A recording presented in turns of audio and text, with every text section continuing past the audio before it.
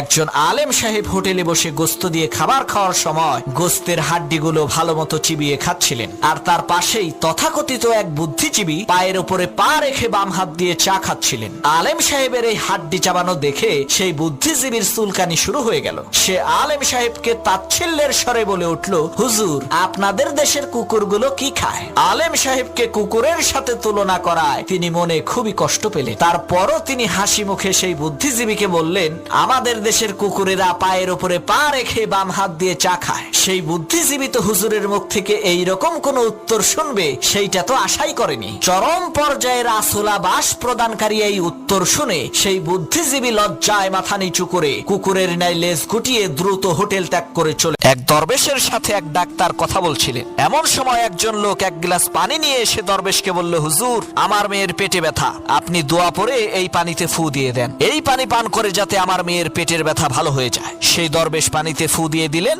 লোকটি চলে গেল। সেই ডাক্তার দরবেশকে বলল, হুজুর, আমরা না হয় বিভিন্ন গাছগাছড়ার নির্যাসে ঔষধ তৈরি করে রোগীদেরকে খাওয়াই রোগীরা সুস্থ হয়, কিন্তু আপনি যে ফু দিলেন এই ফুর মধ্যে আছেটা কি? এই কথা বলা মাত্রই দরবেশ সেই ডাক্তারকে বলল, চুপ কর বেদব। দরবেশের এই ধমক শুনে ডাক্তারের হাস্যোজ্জ্বল চেহারা কালো হয়ে গেল। দরবেশ তখন বলল, শোনো ডাক্তার, আমি তোমাকে শুধু বেয়াদব বলেছি, তাই তোমার হাস্যোজ্জ্বল চেহারা কালো হয়ে গেছে।